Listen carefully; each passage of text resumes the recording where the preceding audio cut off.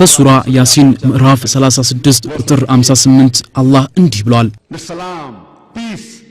ለነሱም አዛኝ ከሆነው ጌታ በቃል ሰላም አላቸው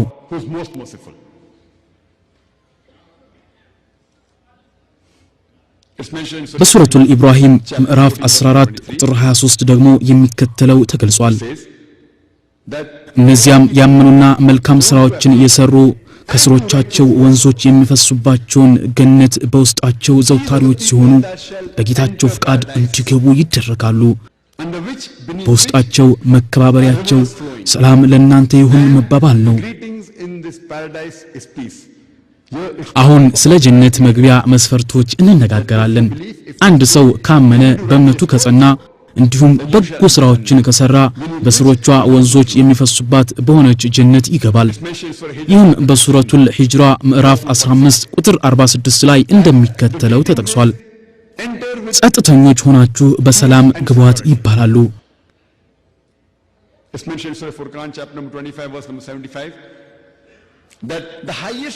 እንደዚሁም በሱረቱል ፉርቃን ምዕራፍ 25 ቁጥር 75 ላይ አላህ እንዲህ ይላል እነዚያ በመታገሳቸው የገነትን ሰገነቶች ይመነዳሉ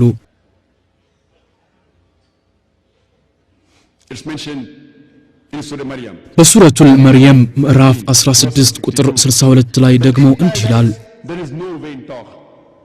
በርሷ ሰላም እንጂ ውድቅን ነገር አይሰሙም ለነርሱ በርሷ ውስጥ ጧትም ማታም ሲሳያቸው አላቸው and this kingdom of peace the ultimate kingdom of peace በጥቅሉ ሰላም የሚገኝበት ማለትም የመጨረሻ ሰላም የሚገኘው በጀነት ውስጥ ነው it's paradise and the description የዚህ ጀነት መገለጫዎች በዋናዋና ዓለም አቀፍ ሃይማኖቶች መጽሐፍ ተጠቅሷል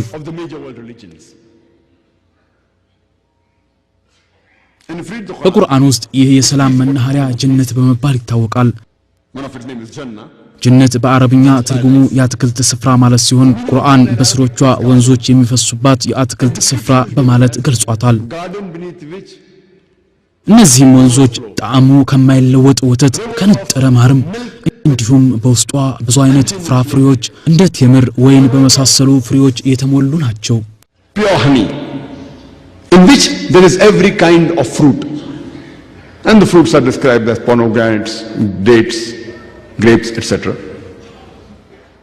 and in it በጀነት ውስጥ ውድቅ ንግግር የለም that there is no idle talk ኃጢአት መስራትም የለም የጭንቀትና የትካዜ ህይወትም የለም no cause of distress or anxiety ጀነት ማለት የሰላምና የበረከት ሀገር ማለት ነው and bliss and Jannah is described in several verses of the Quran several times in Surah Al-Imran chapter 3 Surah Nisa chapter 4 ጀነት በቁርአን ውስጥ በብዙ ምዕራፎች ላይ ተጠቅሷል በሱረቱል ኢምራን ምዕራፍ 3 በሱረቱል ኒሳ ምዕራፍ 4 በሱረቱል ማኢዳ ምዕራፍ 5 በሱረቱል ተውባ ምዕራፍ 9 በሱረቱል ሂጅራ ምዕራፍ 15 በሱረቱል ካህፍ ምዕራፍ 18 በሱረቱል ሐጅ ምዕራፍ 22 በሱረቱል ያሲን ምዕራፍ 36 ወዘተ በተለያዩ ቦታዎች ላይ ቁርአን ስለ ጀነት ማለትም ስለ ሰላም መናኸሪያ አብራርቷል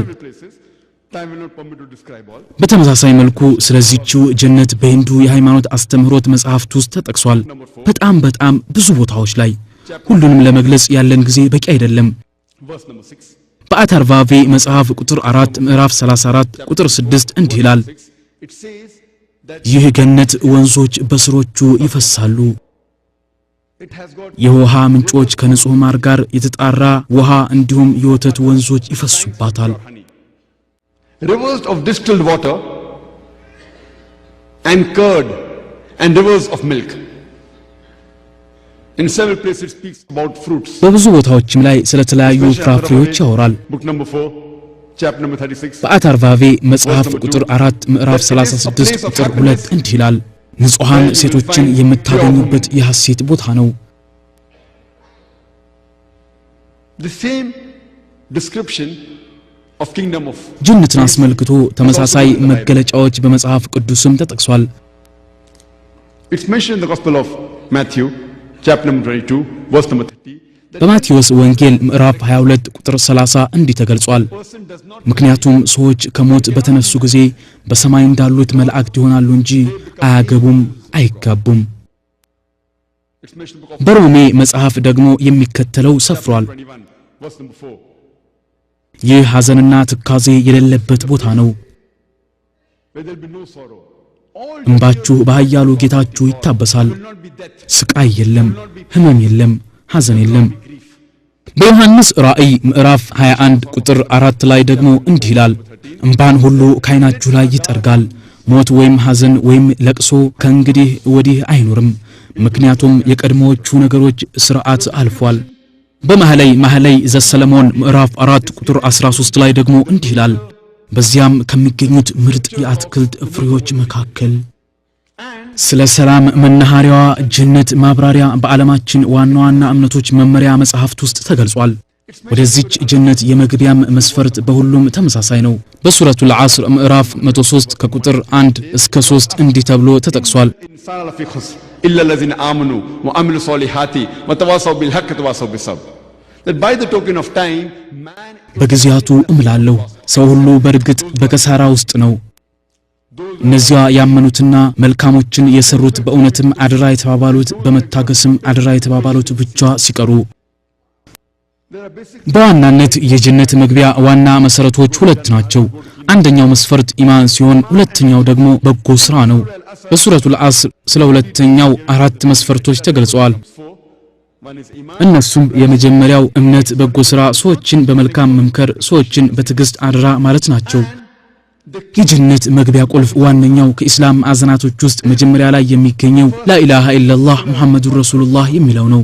ይህም በሶሒህ ቡኻሪ ቮሊዩም 1 ሐዲስ ቁጥር 8 ተገልጿል። Hadith number 8. የዚህ ሐረግ ትርጉም ከአላህ ውጭ በእውነት የሚመለክ ጌታ የለም፣ ነቢዩ ሙሐመድ ሰለላሁ ዐለይሂ ወሰለም ደግሞ የአላህ መልእክተኛ ናቸው የሚል ነው። One is the messenger of Allah. The key to በዋና ዋናዎቹ የዓለም ሃይማኖቶች መጽሐፍት መሰረት የጀነት መግቢያ መስፈርት ወይም ቁልፍ ተመሳሳይ ነው። that is believing ይህም ከአላህ ውጭ በእውነት የሚመለክ ጌታ የለም ብሎ ማመንና ነብዩ ሙሐመድ ሰለላሁ ዐለይሂ ወሰለም የአላህ መልእክተኛ ናቸው ብሎ መመስከር ነው። of Allah. And this talk major ሁሉም እምነቶች ወደ ጀነት ሊያስገቡ ስለሚችሉ ዋና ዋና ስራዎች ይገልጻሉ። ለማንኛውም የመጀመሪያውን መስፈርት እንነጋገር። ይህም የአምላክ ማንነት በዋና ዋና የዓለም ሃይማኖቶች የሚለው ነው። first በሂንዱ የእምነት መጽሐፍት ላይ ስለተገለጸው የአምላክ ማንነት በቅድሚያ ልግለጽ። አንድን ስለ እምነቱ ጠለቅ ያለ ዕውቀት የሌለውን የሂንዱ እምነት ተከታይ በስንት አምላክ ታምናለህ ብለን ብንጠይቀው በ3 በመቶ አሊያም በአንድ ሺህ ሊል ይችላል። 33 ሌሎች ደግሞ በሚሊዮን የሚቆጠርን ቁጥር ሊጠቅሱልህ ይችላሉ። አንዱን በሃይማኖቱ ጥሩ ግንዛቤ ያለውን ሂንዱ ብትጠይቀው ደግሞ አንድ አምላክ እንዳለ ይነግርሃል። but the common Hindu ተራው የሂንዱ እምነት ተከታይ ፓንቲዝም በሚል ፍልስፍና የተጠመቀ ነው። he believes that everything ይህ ፍልስፍና ማንኛውም ነገር አምላክ ነው ብሎ ያምናል። ይህም ፀሐይ አምላክ ናት፣ ዛፍ አምላክ ነው፣ ጨረቃ አምላክ ናት፣ እባብ አምላክ ነው፣ ሰውም አምላክ ነው። the snake is God. አንድ ሙስሊም እምነቱ ሁሉም ነገር አምላክ ነው ሳይሆን የአምላክ ነው የሚል ነው። ሁሉም ነገር የአላህ ነው። ፀሐይ የአላህ ነው፣ ዛፍ የአላህ ነው፣ የሰው ልጅ የአላህ ነው፣ ጨረቃ የአላህ ናት፣ ፀሐይ የአላህ ናት። To God, the sun belongs to God. So the major difference ስለዚህ በሙስሊምና በሂንዱ መሃል ያለው ልዩነት ይህ ነው። the common Hindu አንድ ተራ ሂንዱ ሁሉም ነገር አምላክ ነው ይላል። ሙስሊም ደግሞ ሁሉም ነገር የአላህ ነው ይላል። God ልዩነቱ የተፈጠረው በአፖስትሮፍ ኤስ አማካኝነት ነው። የአፖስትሮፍ ምልክቷ ከኤስ በፊትና በኋላ መሆኗ ይህን የአፖስትሮፍ ችግር መቅረፍ ከቻል በሙስሊምና በሂንዱ መሃል ያለው ልዩነት ይፈታል። chapter number 3 verse ቁርአን በሱረቱል ኢምራን ምዕራፍ 36 ቁጥር 64 ላይ እንዲህ ይላል፣ የመጽሐፉ ባለቤቶች ሆይ በእኛና በእናንተ መካከል ትክክል ወደ ሆነች ቃል ኑ፣ እርሷም አላህን እንጂ ሌላን ላንገዛ፣ በእርሱም ምንንም ላናጋራ፣ ከፊላችንም ከፊሉን ከአላህ ሌላ አማልክት አድርጎ ላይዝ ነው በላቸው። እንዲህ ቢሉም እኛ ሙስሊሞች መሆናችንን መስክሩ በላቸው። እናም በአንድ እምነት ውስጥ ያለን የአምላክ ጽንሰ ሐሳብ ለመረዳት የእምነቱ ተከታዮች የሚሰሩትን መመልከት ተገቢ አይደለም። ትክክለኛና አዋጩ መንገድ የአምላክን ጽንሰ ሐሳብ ከምንጩ ከእምነቱ መጽሐፍት መረዳት ነው። መጽሐፍቱ ምን እንደሚሉ መገንዘብ ያሻል። የአምላክን ማንነት በሂንዱይዝም ለመረዳት የሂንዱ መጽሐፍትን መመርመር ያሻል። section number 2 በስንዳኖ ፓኒሽን ምዕራፍ 6 ክፍል 2 አንቀጽ 1 እንዲህ የሚል ተቀምጧል። only one without a second. አምላክ አንድ ነው፣ ሁለተኛ የለውም። Upanishad chapter number 6 በሽታ ሾታራ ፓኒሽን ምዕራፍ 6 ቁጥር 9 ላይ ደግሞ እንዲህ ይላል አምላክ ወላጆች የሉትም ጓደኛም የለውም ኃያሉ አምላክ አባት የለውም እናትም የለውም የበላይም የለውም በሽታ ሽታራ ፓኒሽን ምዕራፍ 4 ቁጥር 19 ደግሞ አምላክ ፓቲማ የለውም ይላል የፓቲማ ትርጉም ምስል ፎቶግራፍ ስዕል ሐውልት ቅርጽ ወዘተ ነው በመሆኑም ለአምላክ ፓቲማ የለውም ምክንያቱም ለአምላክ ምስል የለውም ፎቶግራፍ የለውም ስዕልም የለውም ሐውልትም የለውም ቅርጽም የለውም there are no idols there are no sculptures and the most sacred scripture በሂንዱዎች ዘንድ በስፋት የሚነበበው መጽሐፍ ባግዋ ጊታ ነው it's mentioned Bhagavad Gita chapter በባግዋ ጊታ ምዕራፍ 7 ከቁጥር 1 እስከ 20 እንዲህ ይላል all those who አስተዋይ ያልሆኑ ሰዎች የቁስ ፍላጎት ይሰልባቸዋል አዲሱን አምላክ ያመልካሉ means ቁሳውያን የጣዖት አምልኮን ይፈጽማሉ idol worship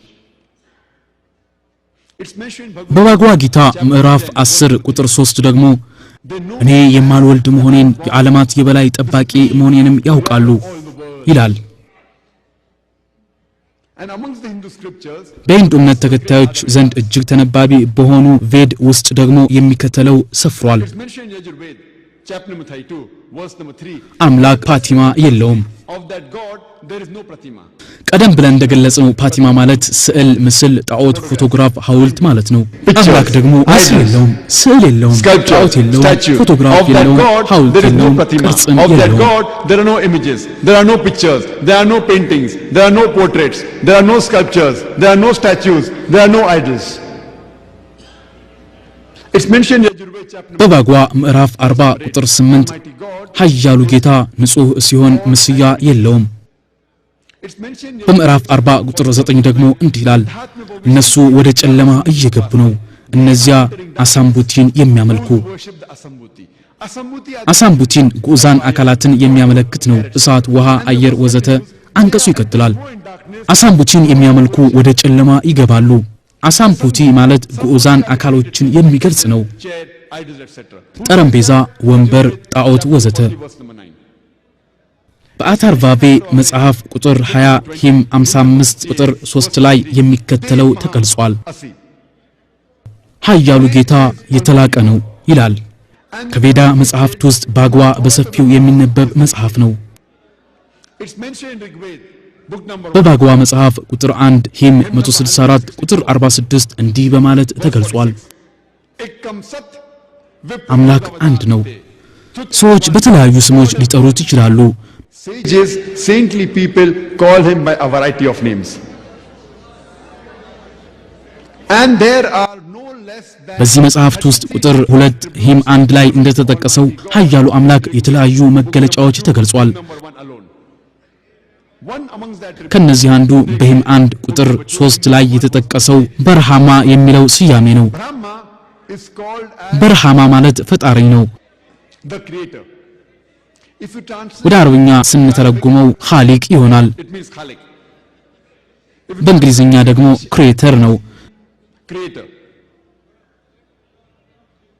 እኛ ሙስሊሞች አንድ ሰው ኃያሉ ጌታን ኻሊቅ ክሬተር ወይም ብርሃማ ማለቱ ጉዳያችን አይደለም ነገር ግን ብርሃማ አራት ጭንቅላት ያለው እያንዳንዱ ጭንቅላት ላይ ዙፋን የደፋ ነው ከተባለ ያኔ አባባሉን አንቀበለውም moreover እንዲህ አይነቱን እኛ ሙስሊሞች እንቃወማለን በተጨማሪም ለኃያሉ ጌታ ምስያን ማድረግን እንቃወማለን ይህ ደግሞ ከሽታ ሻታራ አፓኒሽን ምዕራፍ ቁጥር 19 መልእክት ጋር መቃረን ነው ለአምላክ ምስያ የለውም in Rigved በመጽሐፉ ቁጥር 2 ሂም 1 ቁጥር 3 ላይ ደግሞ ቪሽኑ የሚል መጠሪያ አምላክ ተገልጿል ቪሽኑን ብንተረጉመው ተንከባካቢ ማለት ነው ተንከባካቢ የሚለውን በአረብኛ ብንገልጸው ረብ የሚለውን ቃል ይተካል እኛ ሙስሊሞች አንድ ሰው ኃያሉን ጌታ ረብ ማለቱ ተንከባካቢ አለይም ቪሽኑ ከስያሜው ጉዳይ የለንም ነገር ግን አምላክ ማለት አራት እጅ አለው ባንዱ ቻክራ ወይም ዲስከስ ይዞበታል በሌላ እጁ የእንስሳ ቅርፊት ይዟል ወይም ወፍን እየጋለበ ነው ወይም የባብ ቆዳ ላይ ተኝቷል የሚለውን አባባልና ምስያን ማድረግ ሙስሊሞች አይቀበሉትም Muslims take strong objection to it. Moreover, you're giving an image to Almighty. በተጨማሪም ለኃያሉ አምላክ ምስያ ማድረግ ነው። ይህ ደግሞ በየጁርቬድ ምዕራፍ 38 ቁጥር 3 ለአምላክ አምሳያ የለውም የሚለውን አንቀጽ ይጋጫል። በባጉዋ መጽሐፍ ቁጥር 8 ሂም 1 ቁጥር 1 እንዲህ የሚል ሰፍሯል። እሱን በብቸኝነት አምልኩ። Worship him alone. It's mentioned in the Ved, book number 6, hymn number 45, verse number 16. በመጽሐፉ ቁጥር 6 ሂም 45 ቁጥር 16 ደግሞ እሱን በብቸኝነት አወድሱት ይላል። Praise Almighty God alone. አንድ አምላክ ብቻ ነው ያለው፣ በጭራሽ ሌላ የለም።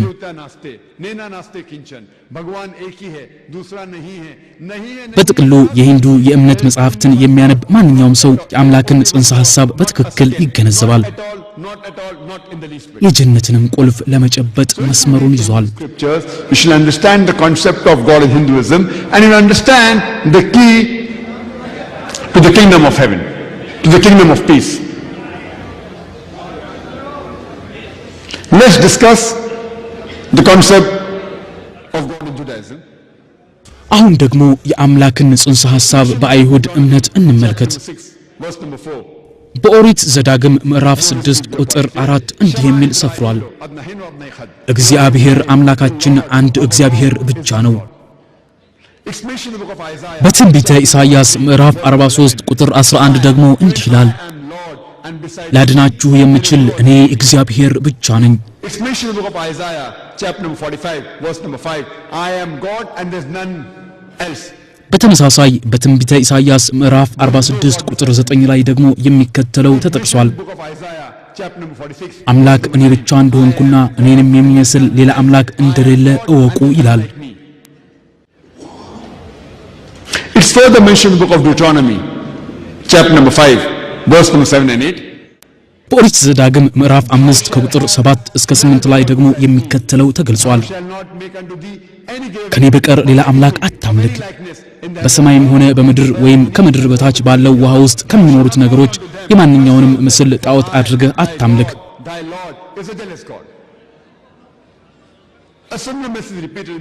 ተመሳሳይ መልእክት በኦሪት ዘጸአት ምዕራፍ 20 ከቁጥር 3 እስከ 5 ተደግሟል።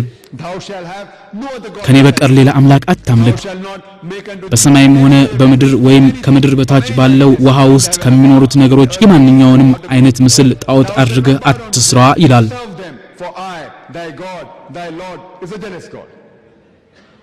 ብሉይ ኪዳንን ብታነቡ ኦሪትን ብታነቡ የአምላክን ጽንሰ ሐሳብ በአይሁድ እምነት ምን እንደሚመስል ትረዳላችሁ። የጀነትንም ቁልፍ በእጃችሁ ታስገባላችሁ።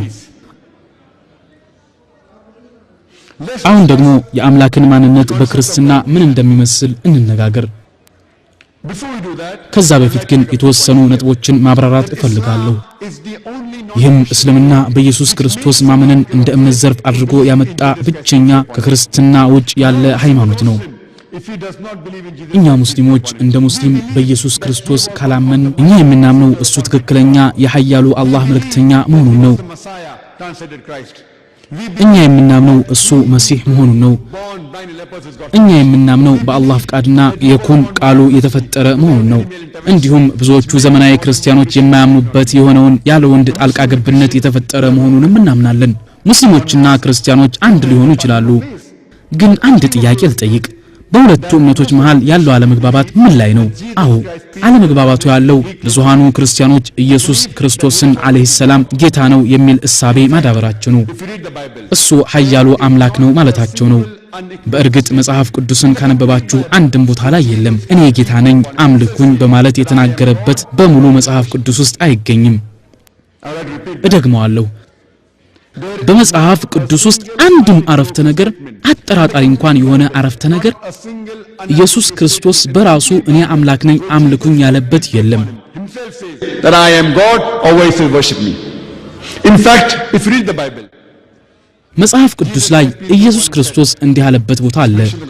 በዮሐንስ ወንጌል ምዕራፍ 14 ቁጥር 28 እንዲህ ይላል፣ አብ ከኔ ይበልጣል። በዮሐንስ ወንጌል ምዕራፍ 10 ቁጥር 29 አባቴ ከሁሉ ይበልጣል። ማቴዎስ ወንጌል ምዕራፍ 12 ቁጥር 28 እኔ አጋንንትን የማስወጣ በእግዚአብሔር መንፈስ ከሆነ።